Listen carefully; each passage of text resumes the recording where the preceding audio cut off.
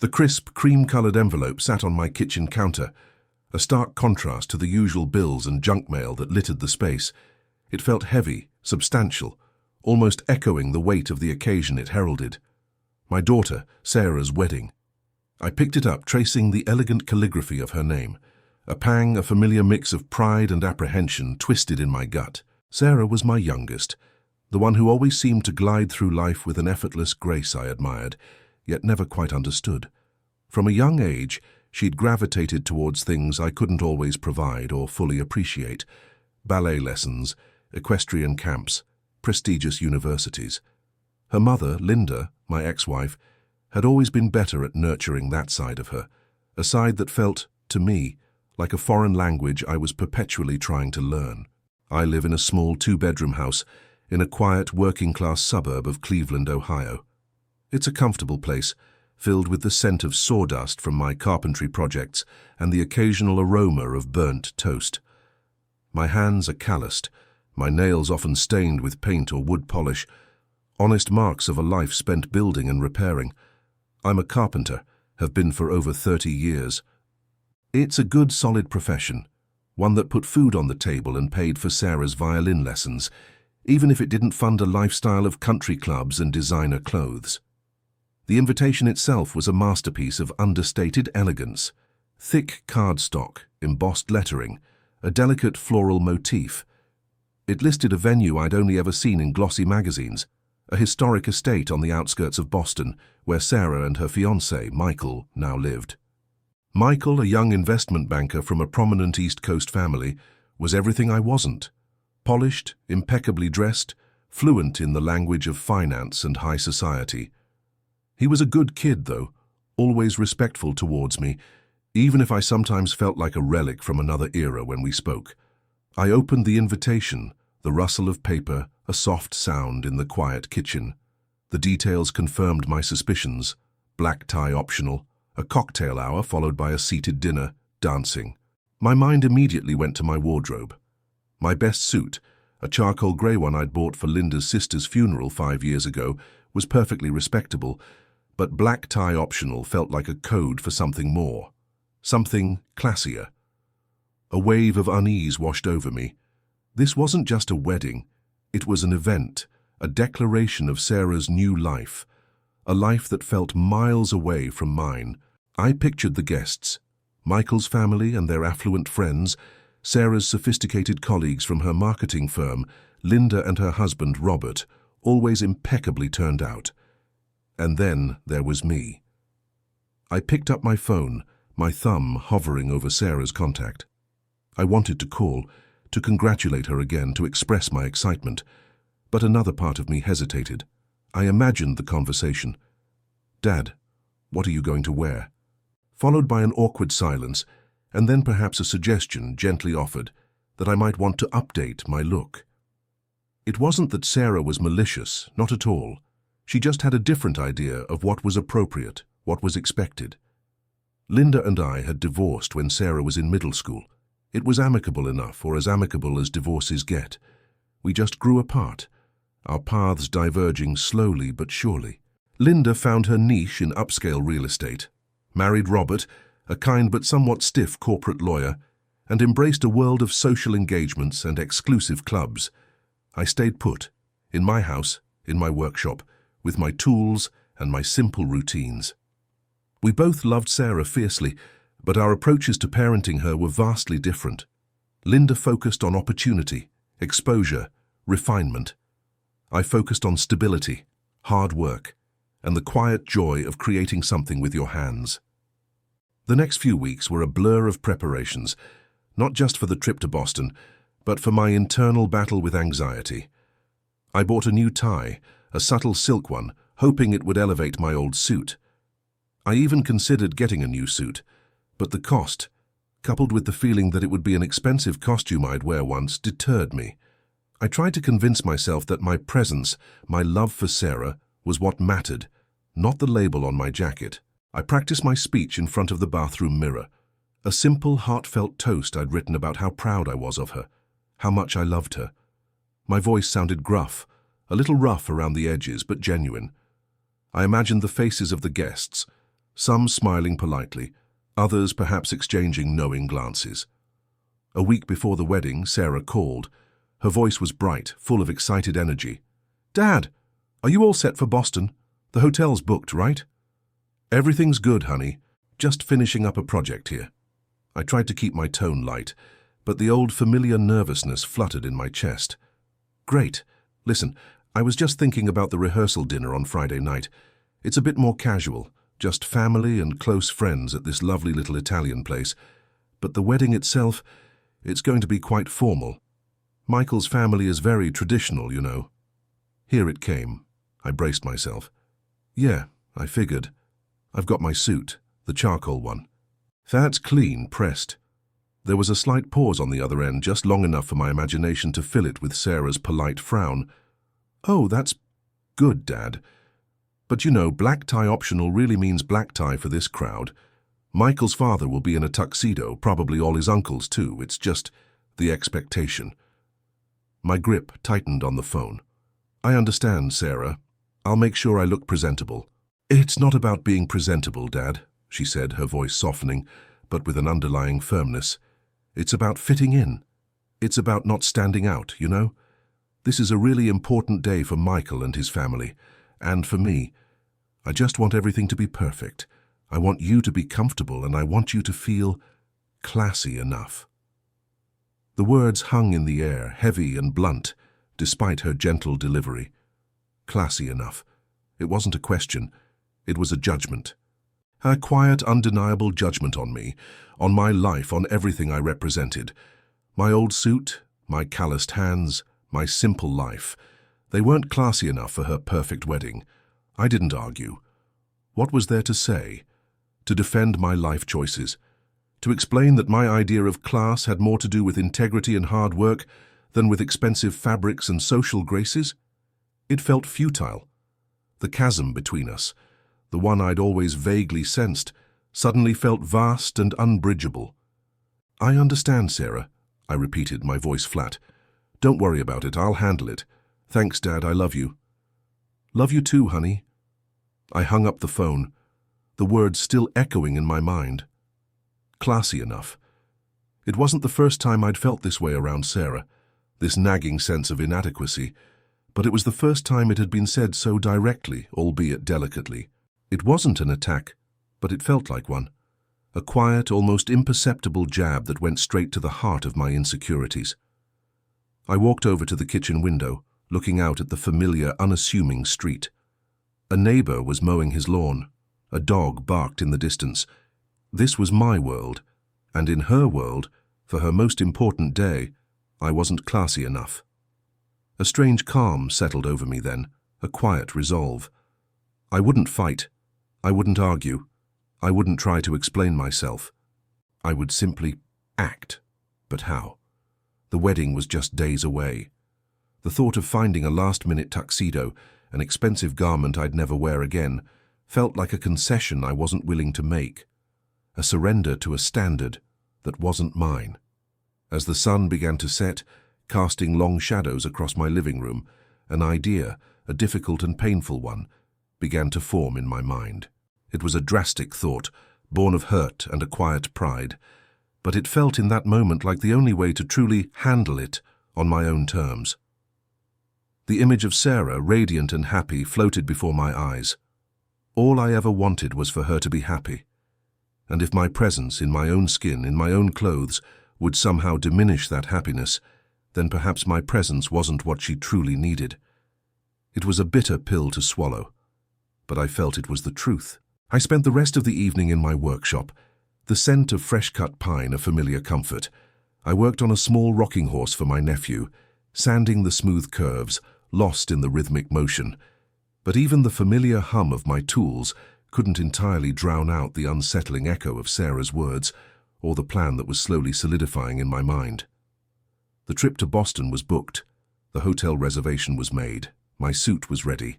But the more I thought about it, the more I realized that simply showing up, feeling inadequate and out of place, wasn't what either of us truly wanted.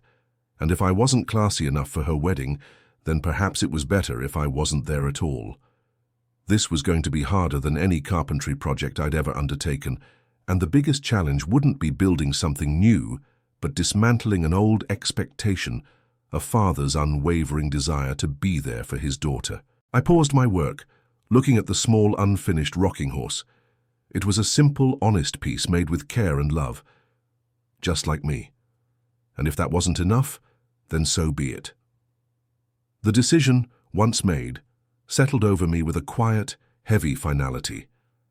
It wasn't an act of anger or a dramatic statement. It was a retreat, a withdrawal from a battle I knew I couldn't win and didn't even want to fight. The night after Sarah's call was long. I lay awake, replaying her words, trying to find a different meaning in them, some hidden nuance that would make them hurt less. But there was none. She meant what she said, and in a strange way, I understood her. She was protecting the image of her perfect day, and I, in my humble reality, didn't fit that image. I got up before dawn, the house silent and cold. I went to my workshop, the one place where I always felt completely at ease, completely myself. I turned on the lights, the familiar glow illuminating the stacks of lumber, the orderly rows of tools on the pegboard. I picked up a piece of mahogany, its grain a rich, dark pattern under my thumb. It was a beautiful piece of wood, but it was just that. Wood. It didn't pretend to be anything else, and neither did I. I cancelled my flight to Boston. The automated voice on the phone was annoyingly cheerful as it confirmed the cancellation, the refund process, and the non-refundable portion of the ticket. I didn't care about the money. I had a deeper, more profound sense of loss to deal with. Then I called the hotel and did the same. The woman on the other end was more understanding. "I'm sorry to hear that, sir.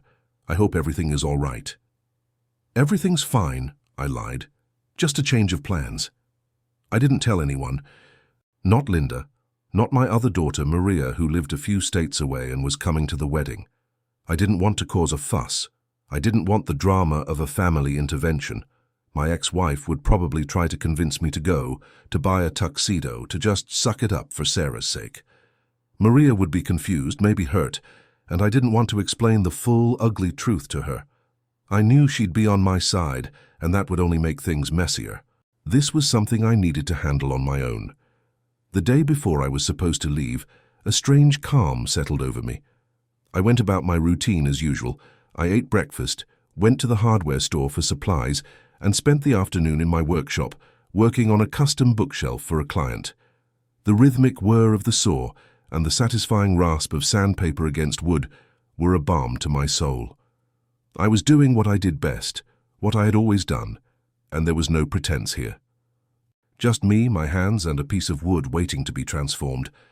I felt a sense of liberation, too, in this decision. I was no longer an actor preparing for a role I couldn't play.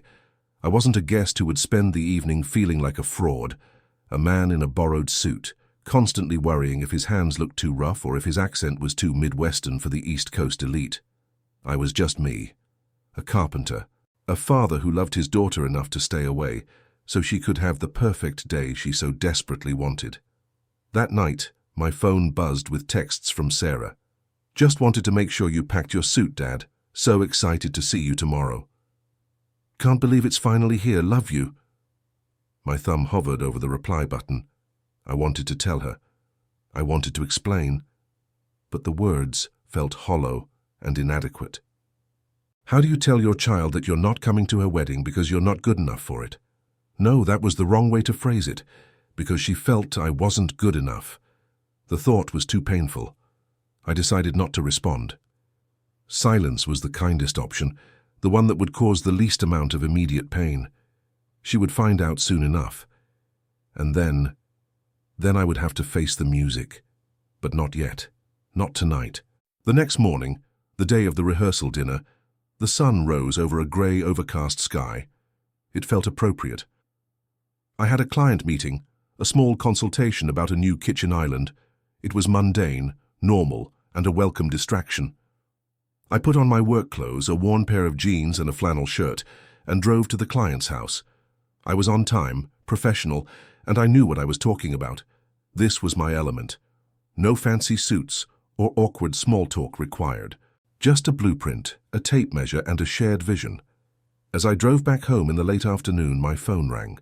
It was Linda. I let it ring. And then it rang again. And again. The relentless buzzing of the phone, sitting in the cup holder next to me, felt like a judgment. I pulled over to the side of the road, took a deep breath, and answered. "Hello, Linda." Her voice was sharp, a mix of concern and exasperation. "John, where are you? Sarah's been calling you all day. You're not at the hotel. You weren't on the flight. What's going on?" The lie was already on my tongue. A flat tire, a last-minute emergency, a sudden illness. But I couldn't bring myself to say it. The truth, in its painful simplicity, was all I had left. "I'm home, Linda. I'm in Cleveland." A beat of stunned silence, the kind of silence that says more than 1,000 words. You're home." "John, what are you talking about? Sarah's rehearsal dinner is in 2 hours. What in the world is happening?" "I'm not going, Linda," I said, my voice low and steady. I didn't raise it. There was no point. The decision was made. "What? Are you out of your mind? This is your daughter's wedding. What could possibly be more important than this? You have to be there." Her voice was rising now, filled with a frantic energy. "I can't," I said simply. "Can't? Why not? Did you get sick? Is it money? I can help with a last-minute flight, a new suit, anything." "No, it's not that. I just can't." She let out an exasperated sigh, a sound I knew so well from our years of marriage. "John, please, don't be difficult. Sarah is going to be heartbroken." "I know," I said, my throat tightening. "Believe me, I know, but it's for the best, for everyone." "For the best? Are you insane? This is about you not wanting to go, isn't it? What happened? Did you and Sarah have a fight?" I hesitated. Should I tell her? Would she understand? I doubted it. She would see it as a childish overreaction, a petty slight. She would never understand the quiet humiliation of being told you're not classy enough for your own daughter's wedding. "We didn't fight," I said, choosing my words carefully. We have different ideas about things, and in this case it was better for me to step back." "Stepping back? John, she's your daughter. What does stepping back even mean? What's the real reason?" I closed my eyes, the image of Sarah's perfectly manicured hands tracing the embossed letters on the invitation flashing in my mind. The contrast between that delicate, elegant world and my rough, practical one felt more pronounced than ever. "I told you I'm not going. I'm sorry. I can't be who she wants me to be, and I can't be someone I'm not." I ended the call. It was cowardly, I knew, but I didn't have the energy for the argument, the pleas, the emotional fallout. Not yet. I put the phone on silent and drove home. My house, which usually felt like a sanctuary, now felt like a prison. The walls felt too close, the silence too loud. I went straight to my workshop, a place where I could lose myself in the simple, honest work of my hands. I picked up a piece of lumber and started to plane it, the thin curls of wood falling to the floor like tears. Each stroke was a release, a small act of defiance against a world that valued superficiality over substance. Later that evening, as the sun finally set, I sat alone in my living room, the darkness a heavy cloak around me. I thought of Sarah, dressed for her rehearsal dinner, probably laughing with Michael and his family, her mother by her side. She would have noticed my absence by now. The text messages and phone calls would have been a prelude to the frantic questions. Linda would have told her. I imagined the disappointment on her face, the hurt, the confusion. My heart ached for her, a deep, hollow ache that was far more painful than the initial sting of her words. I had chosen this path, the path of silent departure. I had not fought, I had left, and in my leaving, I had created a void that would be impossible to fill, a silence that would scream louder than any argument. I knew with a terrible certainty that this was far from over. I had simply postponed the inevitable, the difficult and painful conversation that was waiting for me on the other side of her wedding day. The next day, the morning of the wedding, was a strange, disembodied experience. I woke up with the same sense of dread, but it was now laced with a quiet certainty. I was not in Boston, I was here in my small house in Cleveland. The day would pass just like any other Saturday. I would work in my shop, maybe go for a walk, listen to the Indians game on the radio. It was a normal day, but it was also the day my daughter was getting married. The contrast was a sharp, painful one. My phone was a constant source of anxiety, buzzing with texts and calls that I stubbornly ignored. There were frantic messages from Linda, short, angry texts from Maria, and a series of calls from a number I didn't recognize, which I assumed was Michael's. I let them all go to voicemail. I wasn't ready to face the music. I wasn't ready to hear the disappointment in their voices, to have to explain a decision that even to me felt both necessary and deeply selfish. I spent most of the day in my workshop. It was my sanctuary, the place where I could retreat from the world and the emotions that felt too big to handle. I worked on the bookshelf, the wood dust a fine powder on the floor, the smell of fresh-cut pine a soothing presence. I focused on the grain, the precise measurements, the smooth fit of a joint. It was a form of meditation, a way to channel my anxiety into something tangible and productive. Around midday, I paused, wiping sawdust from my brow. I imagined Sarah. The time difference would mean she was probably getting ready. I pictured her in her wedding dress, her hair and makeup done perfectly, surrounded by her bridesmaids. I saw a ghost of my younger self walking her down the aisle, a smile on my face, a lump in my throat. The image was so vivid, so real, that I felt a fresh wave of grief and regret. I had chosen this, yes, but the choice came with a price. Later, as the sun began to dip towards the horizon, I couldn't resist the urge to check my phone. There were dozens of missed calls, a handful of voicemails, and a long, angry text from Maria. "Dad, what the hell is wrong with you? This is Sarah's wedding. Everyone is asking about you. Mom and Robert are trying to cover for you, saying you were unavoidably delayed. This is so unfair to her. Call me back, now." I felt a surge of guilt. My decision, meant to spare her the potential embarrassment of my presence, was now causing a different kind of problem, a public one. It was a failure of communication, a quiet act of protest that was now screaming from the rooftops. I hadn't thought it through completely, the domino effect of my absence. My presence might have been a source of quiet shame for her, but my absence was now a public scandal. I sat down on a stool in my workshop, the tools and lumber silent witnesses to my internal turmoil. I hadn't meant to cause her pain. I had only wanted to protect my own dignity, a small fragile thing that had been bruised by her careless words. But in protecting myself, I had hurt her in a way that was probably far worse. Then the phone rang. It was Sarah. My heart pounded in my chest, a heavy, frantic beat. I hadn't heard from her directly yet. This was it, the moment of truth. I took a deep breath, the smell of pine and dust filling my lungs. I answered, my voice a little hoarse. "Sarah?" Her voice, when it came, was not angry. It was thin, fragile, and filled with a pain that cut me to the core. "Dad, it's over. The wedding. It was beautiful." A wave of relief and regret washed over me. I had missed it. It was over. The day I had so dreaded was now a thing of the past, a memory I would only ever experience through photographs and second-hand accounts. "Oh, honey, I'm so sorry. I trailed off, searching for the right words, for a valid excuse. There were none. "Why, Dad?" Her voice was a small, wounded sound. "Why weren't you here? Mom said you were sick, but I knew that wasn't it. She's been crying all day. And Maria is furious. What happened? Please, just tell me." My resolve, which had felt so solid just moments ago, crumbled under the weight of her sadness. I couldn't lie to her. Not now. Not about this. She deserved the truth, however ugly it was. "Sarah, remember our phone call? A week ago? The one about the suit?" she asked, her voice tight. "Yes, the one where you told me I wasn't classy enough for your wedding." I said the words, and they hung in the air, a final, definitive declaration. A beat of silence. I could hear the faint sound of music and muffled voices in the background.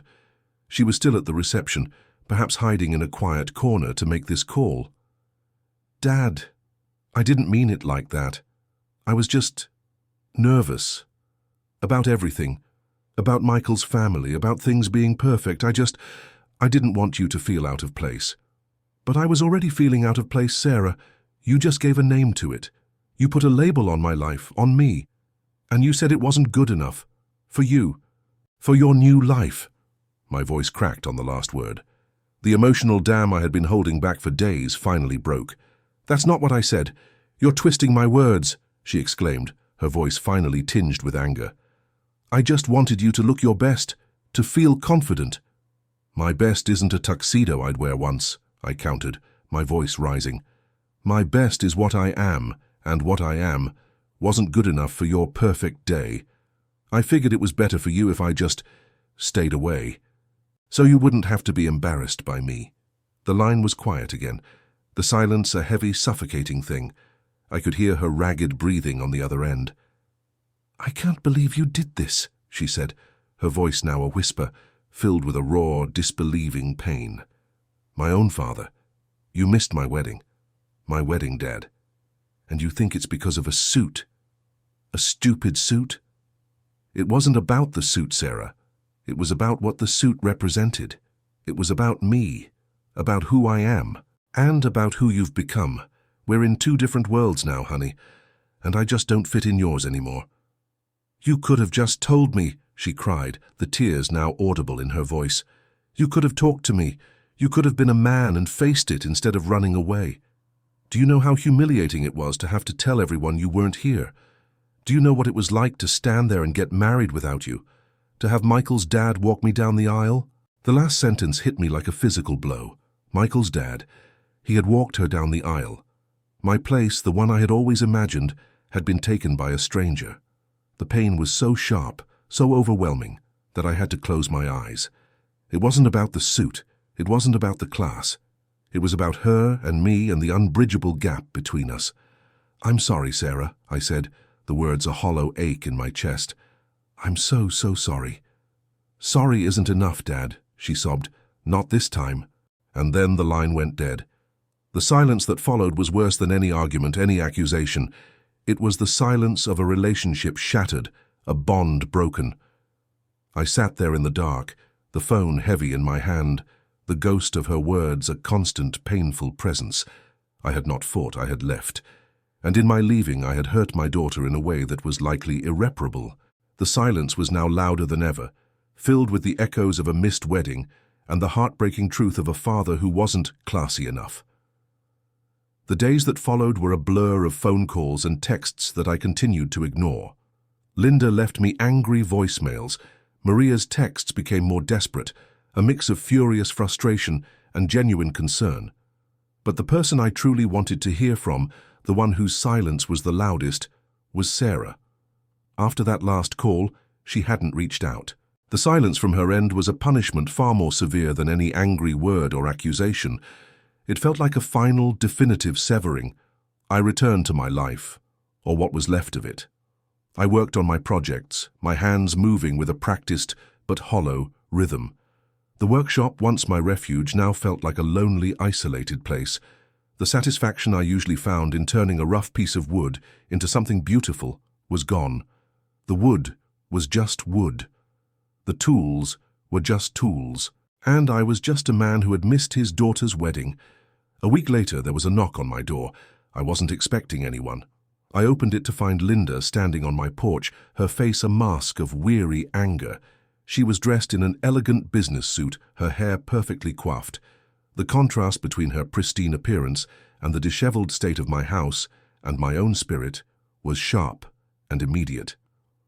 "John, we need to talk," she said, her voice low and firm. She didn't ask to come in. She just walked past me into the living room, as if she still owned the place. I closed the door, the click of the lock a small, final sound. I followed her inside, feeling like a stranger in my own home. She turned to face me, her hands on her hips. "What were you thinking? My God, John. Sarah's heartbroken. She's been crying for days. You missed the one day she really needed you to be there." "I know, Linda," I said, running a hand through my hair. "I know." "You know that's all you have to say?" "I know?" she scoffed. "You knew how important this was to her. You knew how much she wanted you to be there, and you just didn't show up. Why? Because you were mad about a suit? Are you a child?" Her words stung, but I didn't retaliate. There was no point. Her world and mine were so different she would never understand. It wasn't about the suit, Linda. It was about what the suit represented. It was about her telling me that I wasn't classy enough. It was a quiet kind of humiliation. She stared at me, her expression unreadable. She didn't mean it like that, John. You know Sarah. She can be a little oblivious to how her words sound sometimes. She was stressed. She was trying to make sure everything was perfect. You of all people should understand that. You're a perfectionist with your work, aren't you? My work is a chair, or a table, or a cabinet, I said, my voice rising slightly. My work isn't a life, Linda. My work isn't my daughter, and I'm not a piece of wood she can sand down and polish until I fit into her perfect little vision of a life. I am who I am. And who you are is a man who hurt his daughter on the most important day of her life, she said, her voice full of a cold, final judgment. You should have been there, John. You should have fought for her. You should have at least had the decency to call her and tell her why. Instead, you disappeared. You ran away. I had no response. She was right. I had run away. I had taken the easy way out, the path of least resistance, and in doing so, I had caused more pain than I ever could have imagined. I had thought my absence would be a silent protest, a quiet message she would understand. Instead, it had been a public spectacle, a source of embarrassment and humiliation for her, and a source of anger and confusion for everyone else. Linda's shoulders slumped, her anger giving way to a weary sadness. She needs you, John. She's your daughter. She's always looked up to you. All those projects you built with her, all those hours you spent in the workshop, she loved that. She loves you. But you've hurt her so badly. I don't know if she'll ever forgive you for this. She turned and walked out the door, the sound of her footsteps fading into the afternoon silence. Her words hung in the air, a final, unassailable truth. I had not fought. I had left. And now I had to live with the consequences. The silence from my daughter's end was the final, most painful chapter of the story. A few days later, a package arrived. It was small and unassuming. I opened it to find a single, unframed photograph. It was a picture of Sarah, on her wedding day, standing with Michael. She was radiant, beautiful, her face glowing with happiness. But my eyes were drawn to the man standing next to her. It was Michael's father, his arm linked with hers, a proud smile on his face as he prepared to walk her down the aisle. The photo was a cruel, silent reminder of my absence. It wasn't a rebuke, but it felt like one. The unspoken message was clear. Someone had to take my place, and someone did. I put the photo on the mantel, a constant, painful presence in my living room, a reminder of the beautiful day I had missed and the beautiful daughter I had hurt. That evening I was in my workshop, the air heavy with the scent of sawdust and regret. My hands were idle. I wasn't working on anything. I was just sitting, a man in a quiet, empty house, contemplating a future that now felt less certain, less hopeful. Then I heard a knock on the door. It was a gentle, almost hesitant knock. I thought it might be Linda again, or maybe Maria. But when I opened the door, it wasn't either of them. It was Sarah. She was standing on my porch, a small suitcase by her feet. Her face was pale, her eyes red and puffy, but there was a quiet, determined resolve in her expression.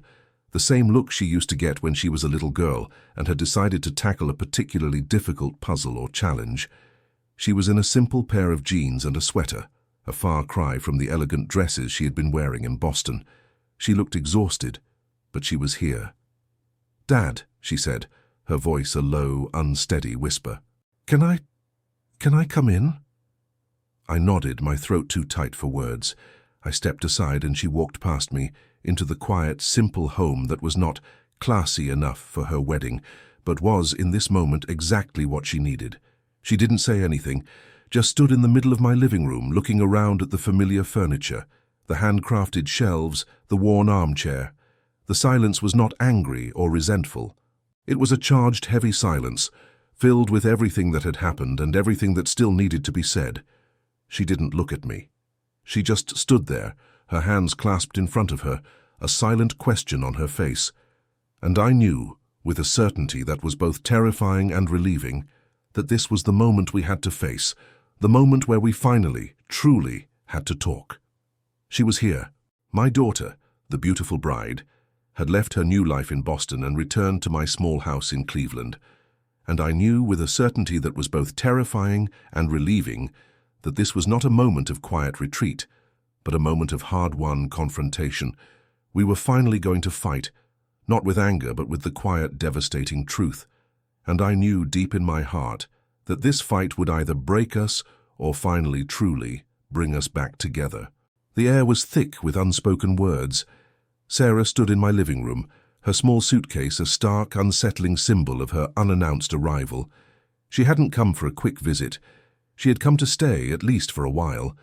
The silence was heavy, but it was no longer an angry one.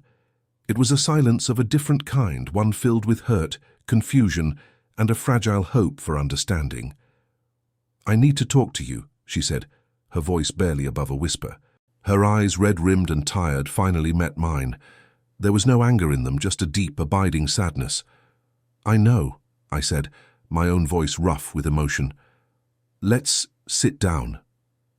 We sat on my worn sofa, the one I had built myself years ago, the one that had held so many memories of her childhood. The springs creaked as we settled in, a small familiar sound in the quiet room. She fidgeted with the hem of her sweater, her gaze fixed on the floor. "Why, Dad?" she finally asked, the question a quiet plea. "Why did you do it?" I knew she wasn't talking about the suit anymore. She was talking about my absence, about the public humiliation, about the pain she had felt standing at the altar without me. I took a deep breath, trying to find the words, the right words, that would explain my actions without sounding like a petulant child. "I did it because I was hurt, Sarah," I admitted, the truth feeling like a weight lifted from my chest. "Are your words? They cut deeper than you know, classy enough. It was a small thing to you, probably, just a passing thought, but to me it felt like a judgment on my entire life, on who I am, on everything I've ever worked for." She finally looked at me, a flash of confusion in her eyes. "But I didn't mean it like that, Dad. I wanted you to look your best. I was worried about you, about how you would feel. I didn't want you to feel out of place with Michael's family." "And in your mind," I said, my voice low, "looking my best meant being someone I'm not. It meant putting on a costume and pretending to be a man who lives in a different world. And you're right. I would have felt out of place, but I would have felt out of place because I was being judged. By you. By them. And I couldn't do it. I couldn't be a part of a day where I felt like a footnote, a source of embarrassment." Her eyes welled up with tears, and a single tear traced a path down her cheek. "I never ever thought of you as a source of embarrassment, Dad. Never. How could you even think that?" "Because you said it, Sarah," I insisted gently.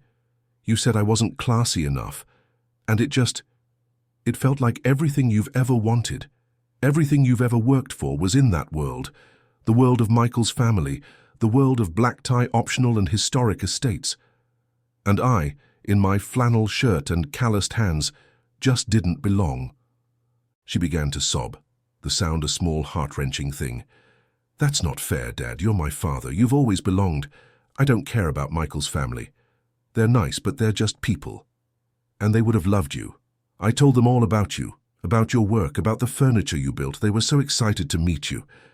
Her words were a new revelation, a painful one. I had been so consumed by my own hurt and insecurities that I hadn't even considered the possibility that they would have welcomed me. I had assumed the worst, jumped to the most painful conclusion, and acted accordingly. "I was so excited to walk with you," she continued, her voice choked with emotion. "I always dreamed of you walking me down the aisle, you, my real dad, not just some stand-in. And when I got to the front of the aisle and I saw Michael's dad there, I couldn't stop crying. I was so embarrassed and so hurt. You made me look like an orphan on my wedding day." Her words, raw and painful, hit me with the full force of my mistake. I had thought I was protecting her, but in reality I had been the one to inflict the greatest wound.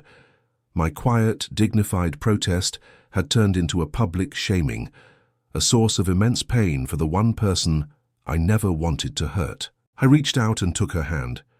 My hand, rough and calloused, felt so different from her soft, delicate one. Sarah, I am so sorry. I didn't think about that. I was so caught up in my own pride, in my own pain. I thought I was doing the right thing for you. I thought I was stepping aside so you could have a perfect day without having to worry about me. She squeezed my hand, her grip surprisingly strong. A perfect day without you is not a perfect day, Dad. I don't care about the suit, I don't care about the venue.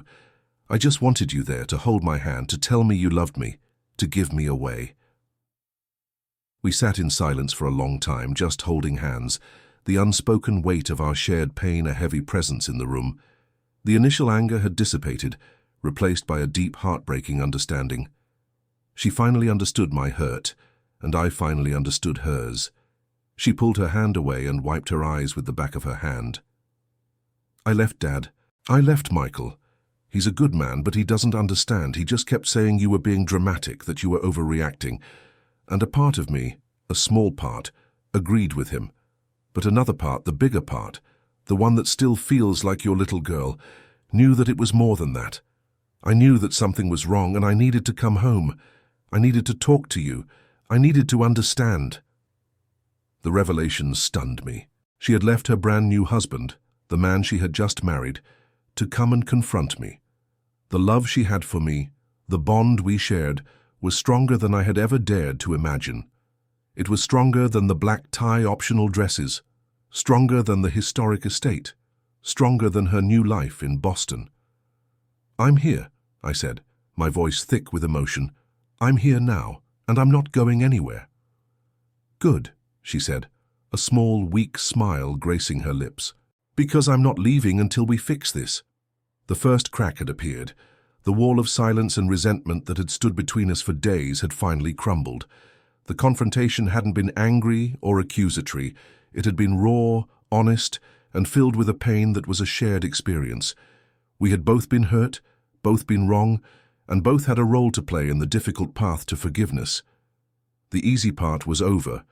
The hard part was just beginning. The rest of the evening was a slow, deliberate process of emotional unpacking. We ordered pizza, a small, mundane ritual that felt incredibly significant in the context of everything that had happened. We sat on the floor, on a quilt she had made in college, and we talked. We didn't talk about the wedding, not directly. We talked about the years leading up to it, the subtle, unspoken tensions that had always existed between us. Sarah talked about her childhood, her memories of me. She remembered my hands, always stained with paint or sawdust, always creating something beautiful. She remembered the rocking horse I built for her when she was a little girl, the one with the bright red mane and the polished wood. She remembered the tree house in the backyard, the crooked stairs and the wobbly railing, built with love and not a single perfect measurement. She remembered the pride she felt when she showed her friends what her dad had built. I always told my friends you were a magician, Dad, she said, a small nostalgic smile on her face. You could take a piece of wood and turn it into anything. A bookshelf, a chair, a beautiful little dollhouse. I used to brag about you all the time. The words were a balm to my wounded heart. I had always assumed she was embarrassed by my simple profession, that she longed for a father who worked in a big office, wore a suit and tie, and had clean, uncalloused hands. But her words revealed a different truth, a secret I had never known. I in turn confessed my own insecurities. I told her about the years of feeling like I was falling behind, a man of simple means in a world that was becoming increasingly complex and expensive. I told her about the guilt I felt that I couldn't provide her with the same opportunities Linda and Robert could, the guilt that I was always a step behind. I had always been so proud of her, but that pride was always tainted with a quiet sense of inadequacy. When you got into that prestigious university, I was so proud, honey, I said, my voice thick with emotion. But I was also terrified.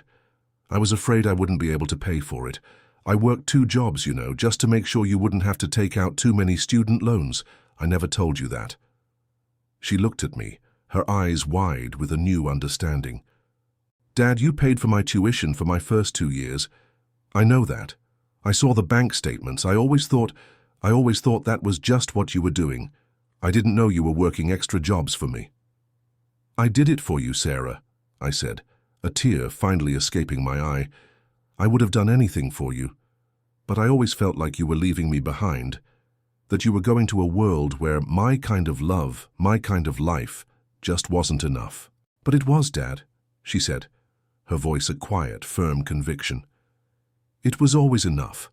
It was more than enough. My friends at school were so jealous of the things you built for me. The bookshelf, the desk, the beautiful wooden hope chest you made for my 18th birthday. They all had store-bought stuff, but I had things you built with your hands. That's worth more than any fancy suit or historic estate, Dad. It's filled with love, and that's all that matters." Her words were a revelation, a quiet, powerful truth that finally shattered my long-held misconceptions.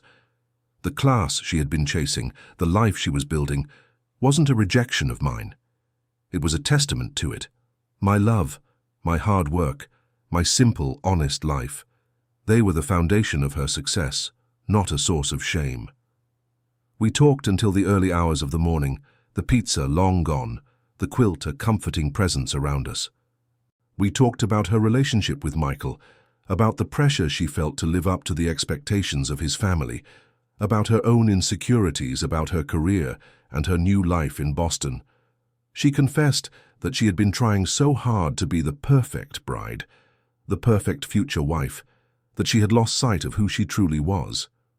She had been so afraid of not being classy enough for her new family that she had projected her own fears onto me. "I'm so sorry, Dad," she said, her voice raw with emotion.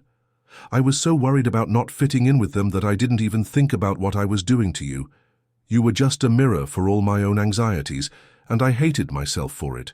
And when you didn't show up, it felt like my worst fear had come true, that I had pushed you away forever." "You could never push me away, honey," I said, my voice thick with emotion. "Never. I'm so sorry I didn't fight for us. I should have. I should have called you, told you how I felt. I should have trusted you to understand, but I was so hurt and so afraid." "I was afraid too," she said, leaning her head on my shoulder. "I'm still afraid." We sat like that for a long time, in the quiet of my living room, the city of Cleveland sleeping around us. The air was no longer thick with unspoken words. It was filled with the quiet, healing truth of two people who had finally found their way back to each other. The confrontation had been a difficult, painful one, but it was also a necessary one. It had stripped away the lies, the assumptions, and the insecurities that had been festering between us for years. In the morning, the sun rose over a world that felt different, brighter and more hopeful. Sarah was asleep on the sofa, her face peaceful. I covered her with a blanket and went to my workshop. I wasn't going to work on a client project. I was going to work on something new. A small, simple jewelry box, made of the same mahogany I'd been looking at just days before, its grain a rich, dark pattern under my thumb. This time, however, I wasn't just building with wood. I was building with a newfound sense of purpose, a promise to my daughter, and a quiet, unshakable faith in the healing power of love, honesty, and forgiveness. The journey was not over, but the first, most difficult steps had been taken. The days that followed were a testament to the slow, steady work of rebuilding. Sarah didn't leave. She stayed in the guest bedroom, the one I had built for her when she was a little girl, the one with the hand-carved bed and the small wooden desk. She spent her days with me, not as a guest but as a silent partner in my work. She would sit in my workshop, her laptop open on a small stool, working on her marketing projects. But every now and then, she would put it aside and just watch me. She would ask questions about the wood, the tools, the process. She would ask about the clients, about the stories behind the pieces I was creating. And I would answer, my voice filled with a passion I hadn't realized was still there. We had quiet conversations over coffee in the mornings and pizza in the evenings.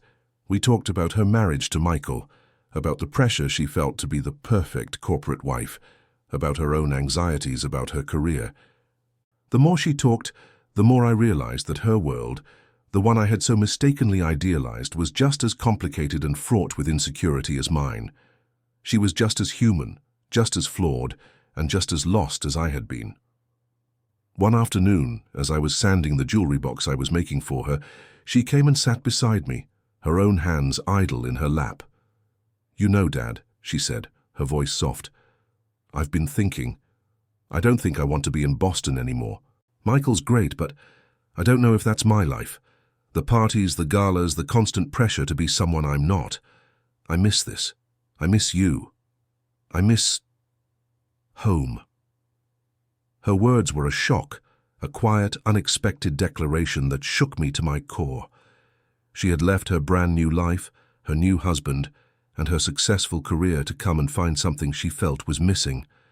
And that something was here, in this small house, in this dusty workshop, with me. "Are you sure, honey?" I asked, my voice filled with a mix of fear and hope. "That's a big decision. You just got married." "I know," she said, a small, sad smile on her face. "But the wedding, it was a celebration of a life I thought I wanted. But it wasn't a celebration of who I am. I want to build a life with Michael that's about us, not about his family's expectations. And I don't think I can do that in Boston. I need to figure out who I am first, and I think I can do that here." Her words were both a gift and a responsibility. I had not fought for her, but she had fought for me. She had left everything she had, everything she had built, to come back to the place where she felt she could finally, truly, be herself. And in doing so, she was not only rebuilding her own life, but she was rebuilding ours. The day she finally took a break from her work and put on one of my old flannel shirts, a small, quiet change that meant everything, I knew we were finally getting somewhere. Her hands, soft and manicured, were no longer a symbol of the world I felt was so far away from mine. They were just her hands, the hands of my daughter. She picked up a piece of sandpaper and began to work on a small, unfinished corner of the jewelry box, her movements slow and deliberate. She wasn't a professional, but she was a quick study. She followed my instructions, her brow furrowed in concentration. The simple act of her working on the piece with me felt more intimate, more meaningful than any grand gesture could have been. "I called Michael, Dad," she said quietly, her eyes still fixed on her work. "I told him I was thinking of staying here for a while, that I needed to think. He was confused, hurt. But I think he understood. I think he knows I'm not running away from him, but running toward myself." "And what did he say?" I asked, a mix of apprehension and curiosity in my voice. "He said he'd come visit. He wants to talk.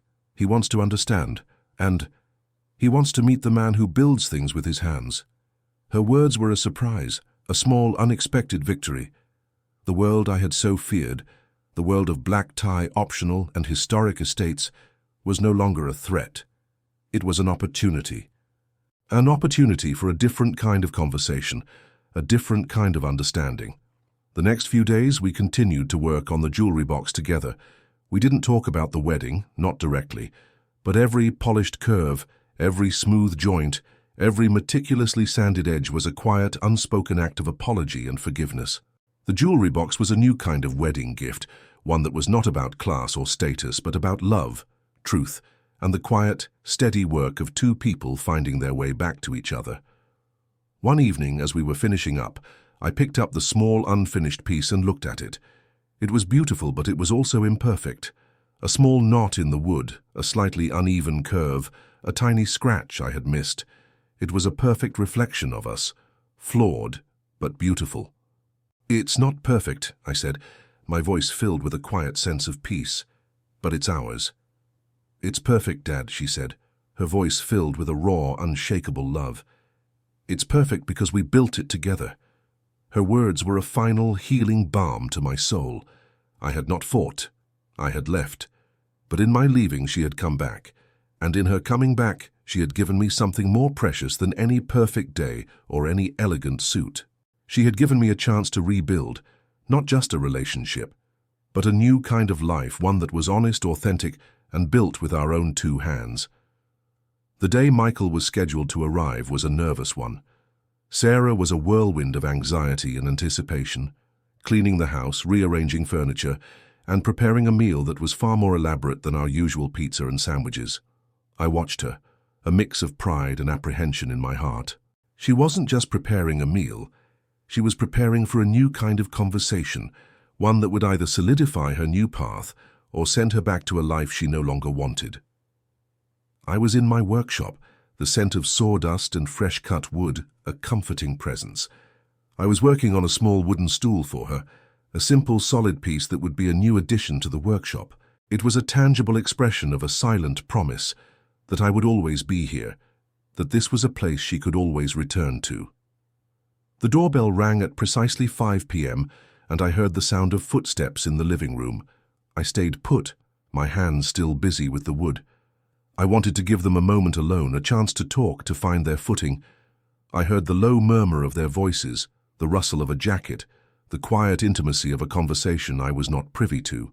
After about 15 minutes, Sarah appeared in the workshop doorway, a tentative smile on her face.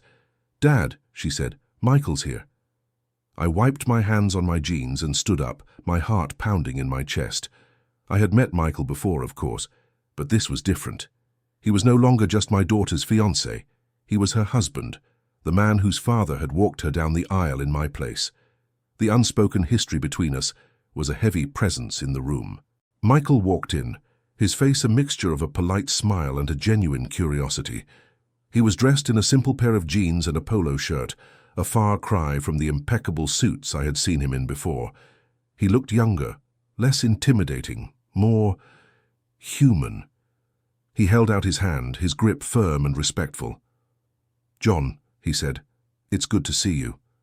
"You too, Michael," I said, my voice a little rough. "Welcome to my chaos." He looked around the workshop, his eyes wide with genuine interest. "This is incredible. I've heard so much about it." He walked over to my workbench, running a hand over the smooth, unfinished wood of the stool. "Sarah's told me all about your work. I had no idea. This is amazing." His words were not a pretense.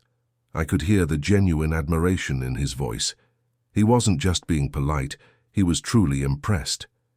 And in that moment, the wall I had built between us, the one of class and status and social graces, began to crumble. "Here's just honest work," I said, a small self-conscious smile on my face. "It's what I do." "It's more than that," he said, turning to face me. "It's a craft. It's a skill. It's something you build with your own hands. I spend my days staring at spreadsheets and numbers on a screen. There's nothing tangible at the end of the day, but this is a legacy." His words were a revelation, a quiet, powerful truth that finally bridged the gap between us. He wasn't a snob. He wasn't a judgment. He was a young man who had grown up in a world of wealth and privilege, but who had a deep and abiding respect for the kind of life I had built.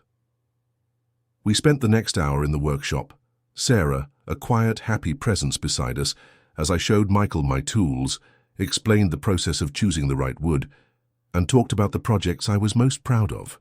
He asked thoughtful, intelligent questions, and I found myself talking to him not as a future son-in-law, but as a fellow craftsman, a fellow human being who understood the quiet joy of creating something with your own two hands. Later, as we were having dinner, the conversation turned to the wedding. It was an unspoken but necessary part of the evening. "Dad," Sarah began, I told Michael what happened. All of it." My heart pounded in my chest. I looked at Michael, his face a mixture of compassion and understanding. "I'm so sorry, John," he said, his voice low and sincere. "I was so caught up in the details, in making sure my parents were happy, that I didn't even think about the bigger picture. I should have reached out to you. I should have told you how excited we were to have you there. I should have told you that you were the one person Sarah truly wanted to walk her down the aisle." His words were a quiet, unassailable truth. He wasn't just apologizing. He was taking responsibility. He was acknowledging my pain and validating my feelings. And in that moment, I knew that Sarah had chosen the right man. Not because he was rich or successful, but because he was a good man, a decent man, a man who was capable of empathy and understanding. "And I'm sorry too," I said, my voice thick with emotion. "I should have fought for us. I should have called you, Michael. I should have told you how I felt. I should have trusted you to understand. Instead, I ran away, and in my running I hurt the two people I love the most in this world. But you came back, Sarah said, reaching out and taking my hand, and then Michael's. And that's what matters. You came back. The rest of the evening was a mix of laughter and quiet confessions. We talked about their future, not in a world of black tie, optional and historic estates, but in a world of their own making, a world where they could be themselves, where they could build a life that was honest, authentic, and built with their own two hands. Michael talked about the possibility of opening his own investment firm, one that focused on ethical investments and small family-owned businesses. Sarah talked about a new career, one where she could use her marketing skills to help small businesses and local artisans. As the evening came to a close and Michael and Sarah were packing up to leave, Michael pulled me aside. "John," he said, his voice low and sincere, "I know this is a big ask, but I want to learn from you about your work, about building things. Would you consider teaching me?" His words were a final, breathtaking gift. The man who represented the world I had so feared was now asking to be a part of mine. He wasn't just apologizing, he was building a bridge. And I, for the first time in a long time, felt a sense of hope and purpose. The quiet, unspoken alliance between us was a promise of a new kind of future, one that was no longer divided by class or status, but united by love, respect, and the quiet, steady work of our own two hands. The following weeks were a strange, beautiful fusion of two worlds. Michael started coming to Cleveland on weekends, his visits no longer about salvaging a damaged marriage, but about building something new. He would arrive on Friday evenings, dressed in old jeans and a worn sweatshirt, and spend his Saturdays in my workshop. The transformation was slow but profound. He was a quick learner, his mind so adept at finance and numbers, surprisingly comfortable with the tactile, hands-on work of carpentry. I taught him how to use a saw, how to sand down a rough piece of wood, how to measure and cut with precision. He was awkward at first, his movements hesitant, but with each passing hour he became more confident, more comfortable in this new world. Sarah would join us sometimes, her laptop forgotten in the other room. She would sit on a stool, just watching, a peaceful smile on her face. Sometimes she would join in, her soft, delicate hands working alongside my rough, calloused ones and Michael's quick, learning ones. The three of us, a strange, unlikely trio, were building something together. Not just a piece of furniture, but a new kind of family. One Saturday, as we were taking a break, Michael leaned back against a stack of lumber, a thoughtful look on his face. "You know, John," he said, "I've been thinking about what you said, about your life, about your work. It's a good life, a real one.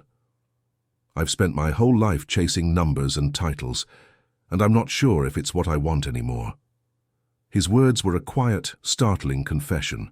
He was giving up his life in Boston, the one he had worked so hard to build, for something he had just discovered. "You're a good man, Michael," I said, my voice low and sincere. "You're a good husband to my daughter, and that's what matters." "I want to be a good man for her," he said, looking at Sarah, who was sitting across the room sketching in a notebook. "And I want to be a good father someday. I want to build things for my kids with my own hands, just like you did for Sarah." His words were a quiet, powerful promise, a testament to the man he was becoming. He wasn't just learning a new skill, he was learning a new way to live. He was learning the value of authenticity, of hard work, and of love that was expressed not just in words, but in action. That evening, as we were having dinner, Michael pulled out a small, folded piece of paper. It was a blueprint, but it wasn't for a chair or a table. It was for a house. "Sarah and I have been talking," he said, a nervous excitement in his voice. "We want to move to a small town, maybe somewhere in Ohio, close to you, John, and we want to build a house, our own house, and we want you to help us, to teach us." My heart soared. This wasn't just a project, it was a promise of a new kind of life, a new kind of family, a new kind of home. They weren't just asking for my help. They were asking for my blessing, my guidance, my presence in their lives. They weren't just building a house. They were building a bridge between our two worlds. "It's a big project," I said, a small, hopeful smile on my face. "It's going to take a lot of work, a lot of sweat, a lot of late nights." "We know," Sarah said, her eyes shining. "But we're ready. We want to do it. Together." Her words were the final piece of the puzzle. I had missed the most important day of her life, a day that was supposed to be a celebration of a new life she was starting. But in missing it, I had given her a chance to realize that the life she was starting was not the life she truly wanted. And in her coming back, she had given me a chance to be a part of a new kind of celebration, a new kind of life. The next morning, we went to a nearby hardware store, the three of us, a strange, unlikely trio of a carpenter, a corporate lawyer, and a marketing professional. We walked through the aisles, Michael asking questions about every tool, every piece of lumber, every nail and screw. Sarah, her hand in his, looked at him with a love and admiration that was so pure, so honest, so real. I knew, with a certainty that was both humbling and profound, that I had not fought. I had left. But in my leaving, I had given her the space she needed to find herself. And in her coming back, she had brought me a new kind of love, a new kind of life, and a new kind of purpose. The silent protest had turned into a quiet, beautiful reconciliation. The broken bond had been mended. The classy enough was no longer a question. It was a testament to the quiet, unshakable truth that love, family, and honest work are the only things that truly matter. The wedding was over, but the real celebration had just begun. The final chapter of my story isn't an ending, but a new beginning. Sarah and Michael bought a small plot of land in a quiet, unassuming town just outside of Cleveland. It was a beautiful piece of land, with a small stream running through it and an old gnarled oak tree standing watch over the empty space. It was not a historic estate. It was just a blank canvas, waiting for us to create something new. We started small, clearing the land, pulling out old roots, laying the foundation. It was hard, grueling work, the kind that leaves you with aching muscles and a deep sense of satisfaction at the end of the day. Michael, the corporate lawyer, was a natural. He was methodical, precise, and he wasn't afraid to get his hands dirty. He learned to operate the machinery, to mix the concrete, to lay the foundation with a quiet, determined focus. Sarah, the marketing professional, was the project manager. She kept us on schedule, organized the materials, and kept our spirits up with her endless optimism and quiet sense of humor. And I, the carpenter, was the teacher. I was the guide, the mentor, the silent, watchful presence who was there to offer advice, to fix a mistake, to share a story about the wood. One afternoon, as we were working on the frame of the house, Michael paused, wiping the sweat from his brow. He looked at me, his eyes filled with a new kind of respect. "John," he said, his voice low, "I just wanted to say thank you. For everything. For teaching me, for letting me in. For being a part of this." I had no words. I just put a hand on his shoulder and gave it a squeeze. He was no longer just my son-in-law. He was a son, a partner, a friend. The man who had taken my place at the altar had now taken his place beside me, a new, stronger foundation for our family. Sarah, her face smudged with dirt and a smear of paint, came and stood between us, her arms linked through ours. She looked from me to Michael, her eyes shining with a love that was so pure, so unconditional, that it took my breath away. "I'm so happy," she said, her voice a quiet, heartfelt whisper. "I'm so, so happy." Her words were the final, most precious gift. She had found her way back to me, not as a desperate, lost child, but as a strong, confident, and beautiful woman who had made her own choices, on her own terms. She hadn't run away from her life. She had created a new one that was not about class or status, but about love, family, and the quiet, unshakable truth that a home is not a place, but a feeling. The house, when it was finally finished, was not a historic estate. It was a simple, beautiful two-story house with a large wraparound porch and a beautiful garden in the back. It was not perfect. There were a few crooked lines, a slightly uneven floorboard, a small knot in the wood that had been impossible to smooth out, but every flaw was a part of its story, a testament to the hard work, the laughter, the arguments, and the love that had gone into its creation. On the day they moved in, we gathered in the empty living room, the three of us, our arms linked together. There were no black tie optional dresses, no historic estates, no elegant toasts. Just the three of us, in a quiet, empty house, with a future that was waiting to be filled. I raised my glass, a simple plastic cup filled with water. To new beginnings, I said, my voice thick with emotion. To a home that was built with love. To the people who found their way back to each other. And to the beautiful, imperfect foundation that we all built together. We clinked our cups together, the quiet clink of the plastic a more beautiful sound than any crystal could have made. The toast wasn't just about the house, it was about us. It was a toast to the man who wasn't classy enough for her wedding, but who was in the end exactly what she needed. It was a toast to the daughter who had run away from her perfect life to find her way back home. And it was a toast to the son-in-law who had built a bridge between two worlds and had in the process become a son. I had not fought, I had left. But in my leaving, I had found my way back to a new kind of truth, a new kind of love, and a new kind of family. The wedding was a memory, a beautiful, painful, and necessary reminder of what had been lost. But the house was a promise, a beautiful, imperfect, and powerful testament to what had been found.